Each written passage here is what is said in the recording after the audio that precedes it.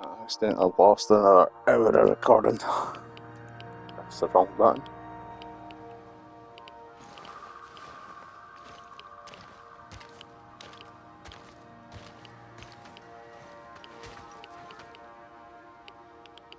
I retrieved your supplies.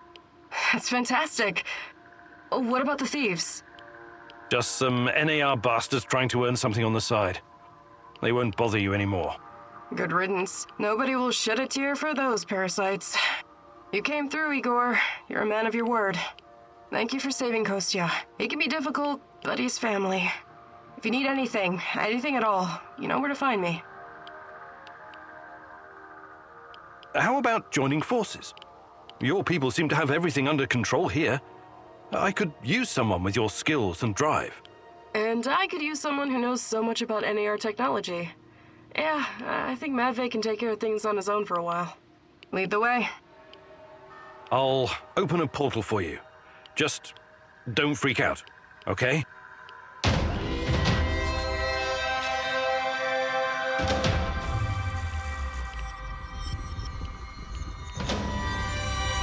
It is a little unsettling, but I trust you. Hop on and enjoy the ride.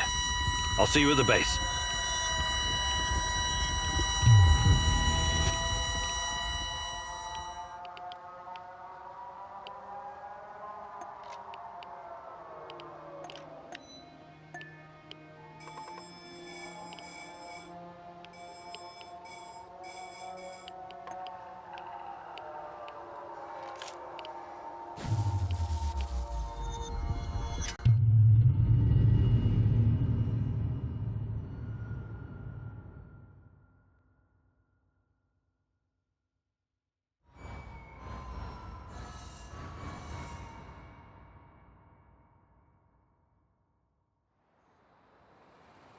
I appreciate you joining my little team.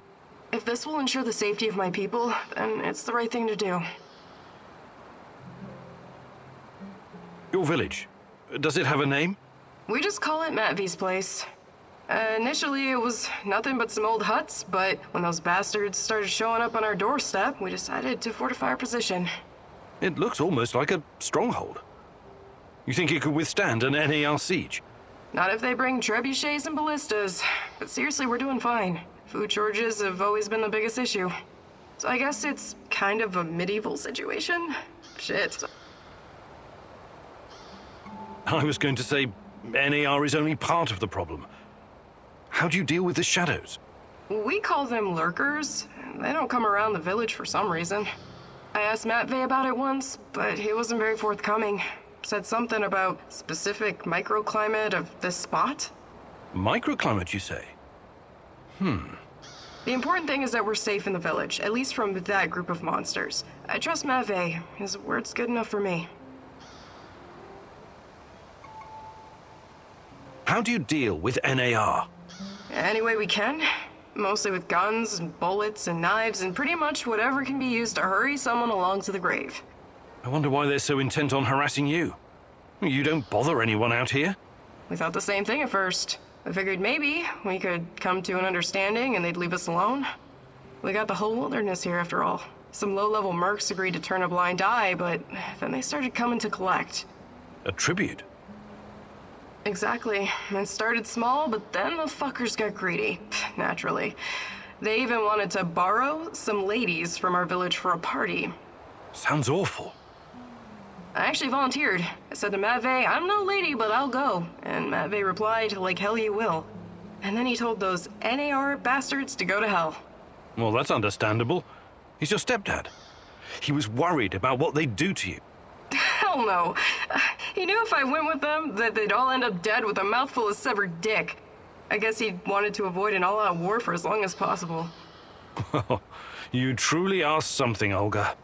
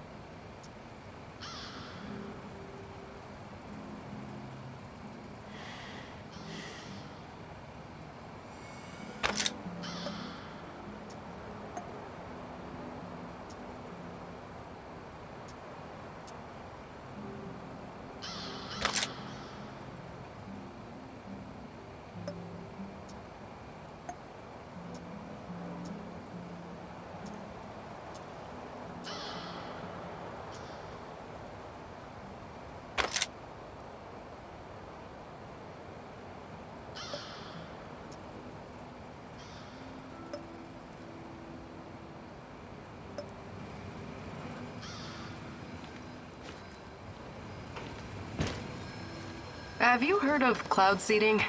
I've heard that it's possible. Why? Because it was used to save Moscow from the Chernobyl fallout at someone else's expense. There's a lot of crazy theories surrounding the Chernobyl catastrophe. What's your source for this one? My mom told me it's what caused my father's thyroid cancer. But there are a lot of factors involved in... My mother was a doctor and a chemist. Trust me, she would know. Anyway, she told me what it looked like. Fighter jets shooting bullets with silver iodine and the radioactive clouds. The rain would wash down the toxic particles. The first cleanup operation was just 2 days after the Chernobyl disaster. Obviously, it was done in secret. The goal was to make the rain fall on smaller cities and villages in Belarus and Ukraine, where the cloud could reach Moscow. The little people suffered because of it. No one can even guess how many people died in the radiation-related diseases in the following decades. Of course, the authorities denied it. They're still denying it even today. Every time I think about it, I wish I had 1 or 2 of those fuckers in the sights of my Moss and Nugget. I find that hard to believe. Naturally. I heard you were once a true believer in the system. It's not that simple. No need to explain yourself. It was a long time ago. I just hope you're smarter now. Those in power will always think of themselves first. Communism or no communism. I'd like to rethink your gear loadout. Sure, Igor. Just don't make a mess of my inventory.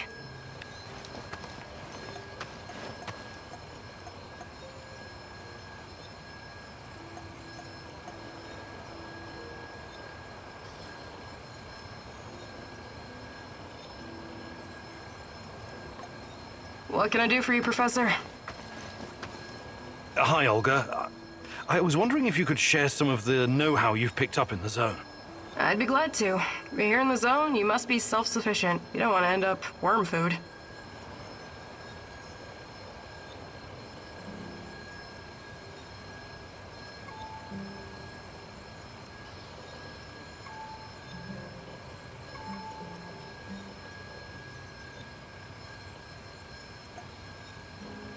Fantastic.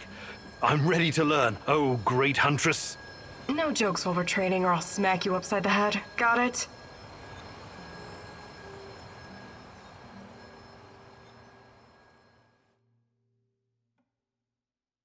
Alright, it seems I've got my work cut out for me. This is gonna be extremely difficult, maybe even dangerous. I thought you were going to teach me how to effectively pack a bag. How could that be dangerous? Dangerous for my mental health. But let's not get ahead of ourselves. Firstly, I want to address the fact that, for some reason, I'm the only one who can teach you the art of packing. Presumably because I'm a woman. I find that sexist, extremely, and offensive. I beg your pardon? Thank you. That said, I do have some tricks up my sleeve, or should I say, up my bag, that I can share with you. Because frankly, Igor, when I look at the warehouse and how you furnish and organize it, it makes me weep. You weep? I never noticed. I'm weeping on the inside. My soul bleeds when I see this chaotic trash heap of grime and despair. No clean lines, no aesthetic, just a man cave reeking of testosterone. That's a little bit harsh, don't you think? But fear not, as a wise man once said, when the student is ready, the teacher reveals herself. And you're the teacher? Yes, I am. Here's the first secret. It's all in your head. What do you mean? The chaos in your head translates into the chaos in your inventory. The more organized you are, the clearer your thoughts, the purer your mind, the better your packing skills. But nothing. Don't argue. Don't deny it. Don't fight the truth. Just be silent and absorb. I'll let you think on this for a couple minutes or hours.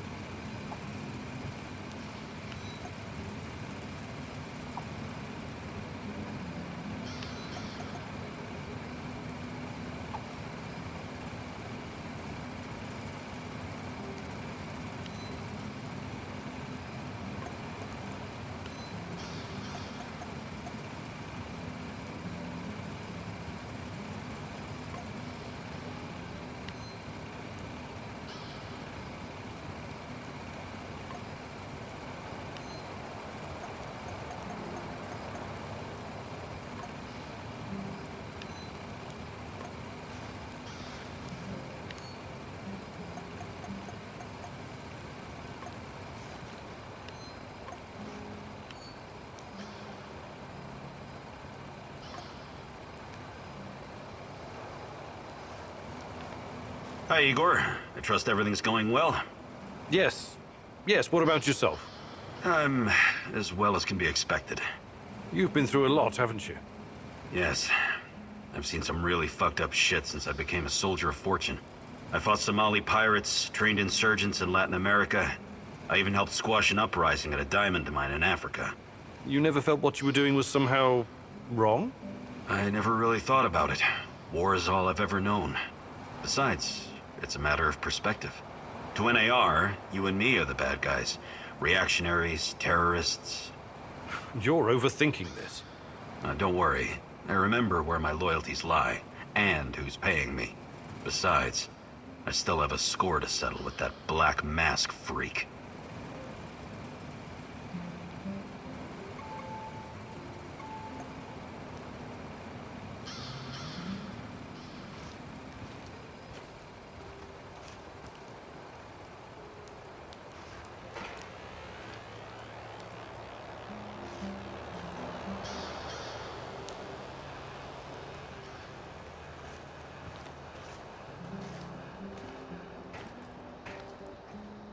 Sup, Igor? I'm okay. What's on your mind? Exploring Pripyat sometimes reminds me of my life in Moscow when I was a teenager. We used to live in one of those awful cheap flats called Khrushchevka. I remember that. I used to live in one as well. They were the epitome of communist architecture. Right, small, narrow, and claustrophobic. Like a cage made of concrete. A scientist might say its size was inversely proportional to how much the family members hated each other. And somehow it seemed to shrink every year.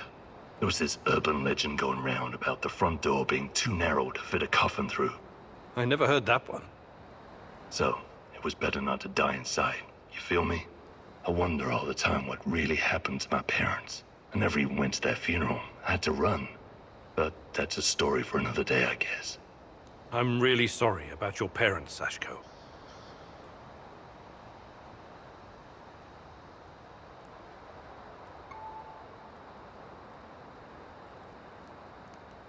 I would like to redistribute our gear. Sure, redistribute the shit out of it.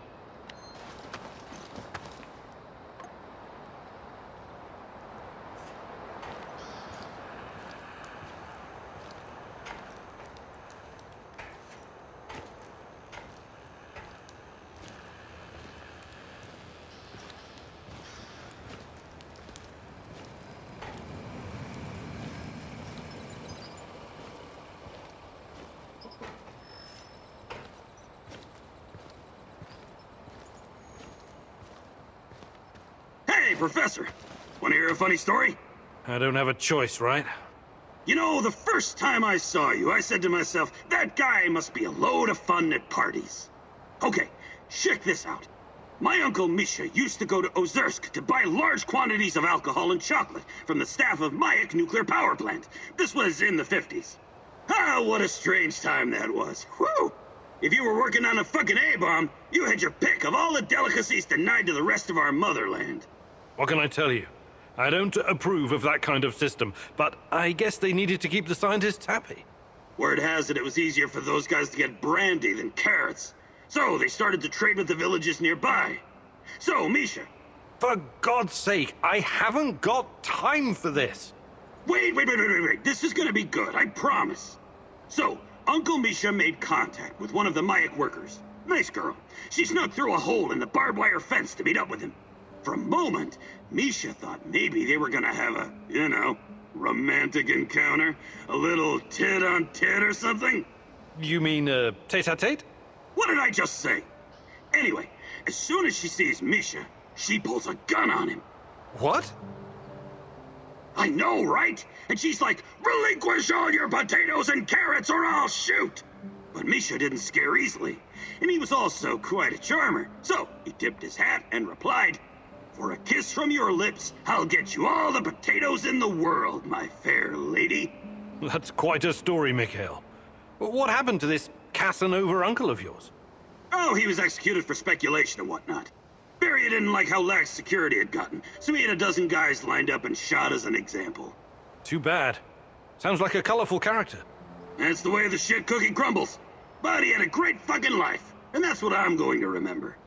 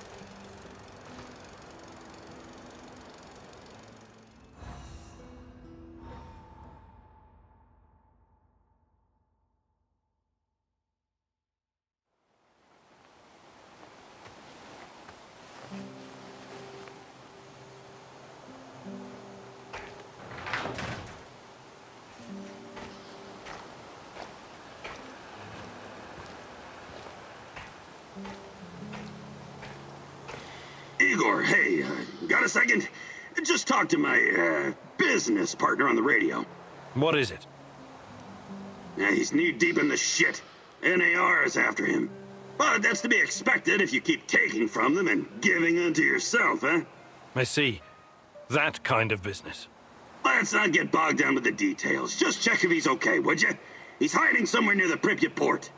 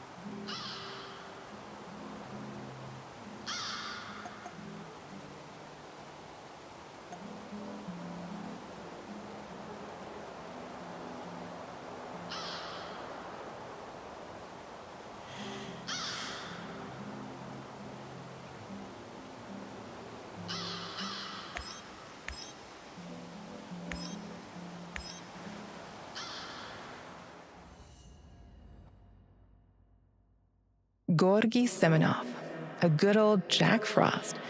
You must wonder what happened to him all those years ago. Why would he work with the NAR, my love? Surely he must have a good explanation. He was always kind to us.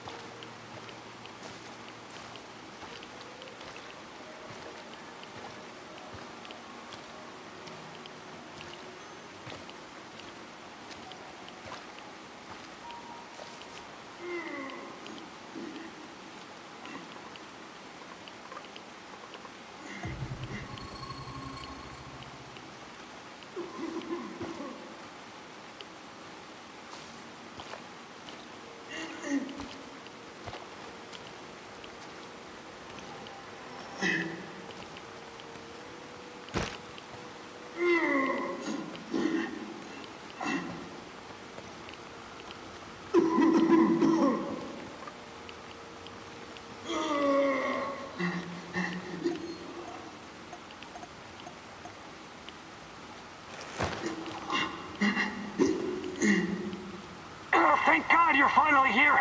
Wait, you're not from my squad? Oh, you're perceptive. You seem to be in a bit of a predicament, friend. You think it's funny? A chunk of the ceiling collapsed and knocked me out. I can't move. I alerted my squad. They should be here any minute. Well, good luck with that. Wait. Can you spare a gas mask filter? Hard to breathe in here, eh? Yes. My filter got fucked up when the ceiling collapsed. I could use an extra one, you know? Just in case it takes the rescue party a while to get here. Sure. Here you go.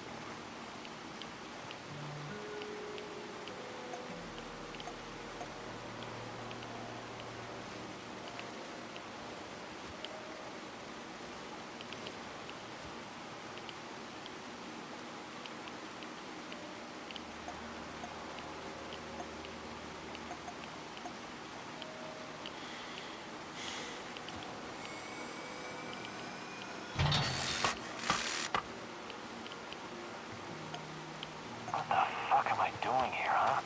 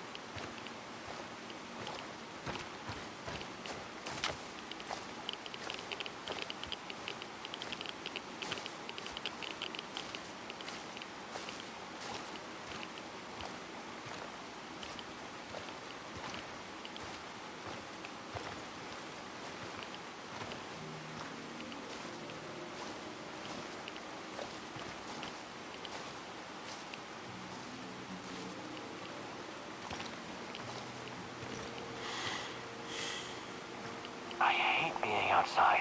Cold, wet, and full of mosquitoes all biting you in the dick.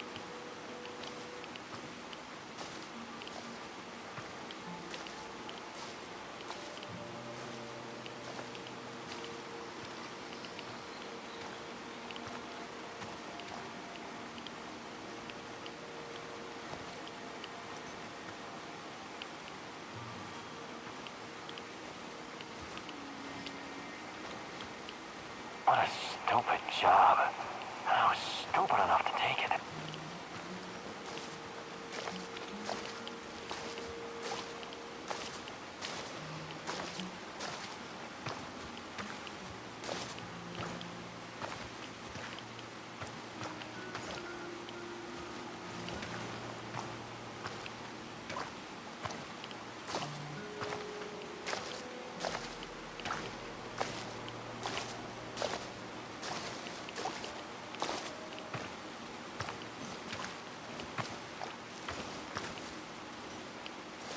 One last sweep and I'm done. Great.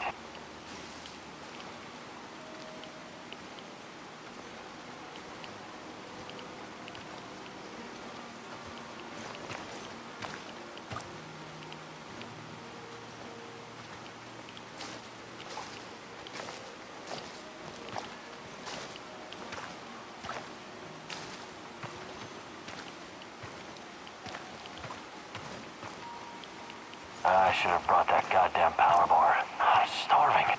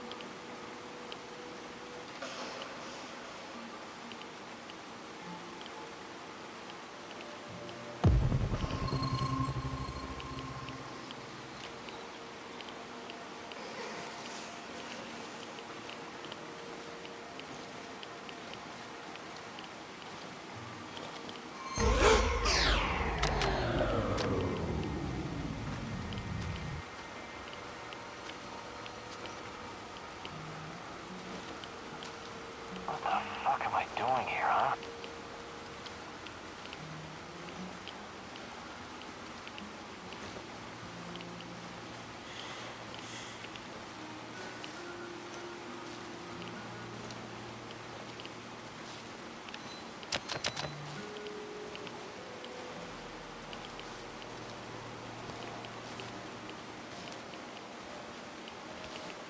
I wonder what's for dinner. Hope it's not that fucking pea soup again.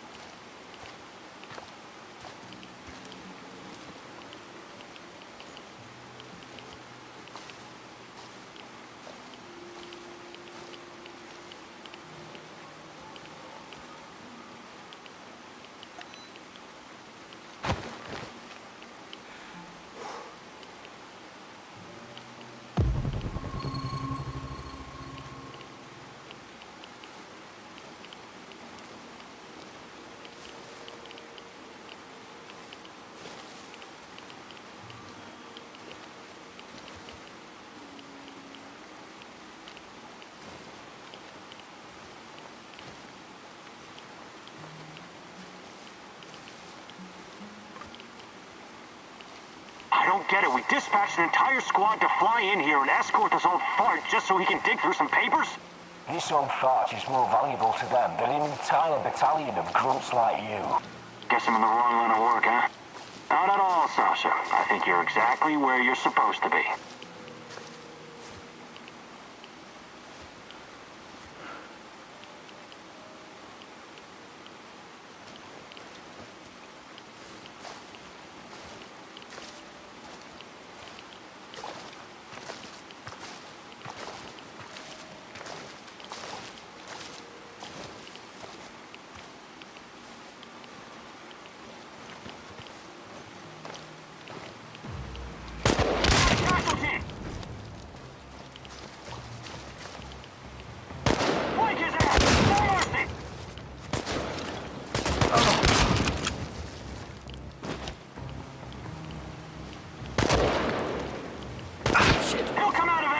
Everyone be ready!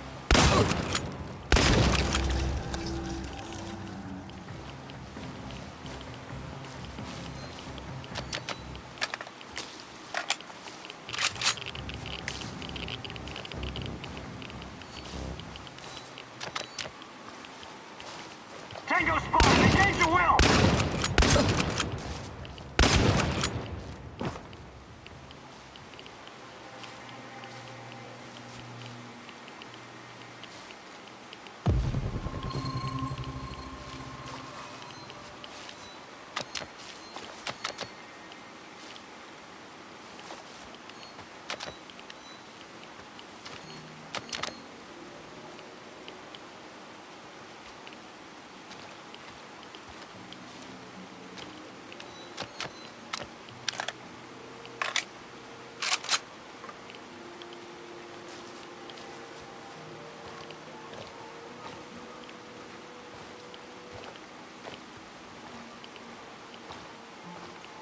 You. I'm surprised to see you here. You are. It's Igor. You remember me, Professor Semenov, don't you? It's been a long time. I thought you would have retired by now. But I guess there's no rest for a man of science like you and me. Igor, it's so good to see you. But what are you doing here? It's not safe. What are you doing here, Professor? Are you really working for NAR? Do you know what they're doing in the zone? How they treat the summer shells? Please, Igor, slow down. My concern is science, as it always has been. The politics and administrative piffle, I leave to others. Then what are you doing here exactly? You don't need to worry about me. I haven't turned into Dr. Mengele. I study the local, fauna. They're very peculiar, very dangerous. You must have run into them at some point. There are reports dating back from before the Chernobyl catastrophe. It's very important that we gather every bit of available information. Let the man catch his breath. Otherwise he may become suspicious. He was probably forced to work for NAR. That's my guess. So this is Semenov. Very smooth, very slick. I wouldn't trust him if I were you.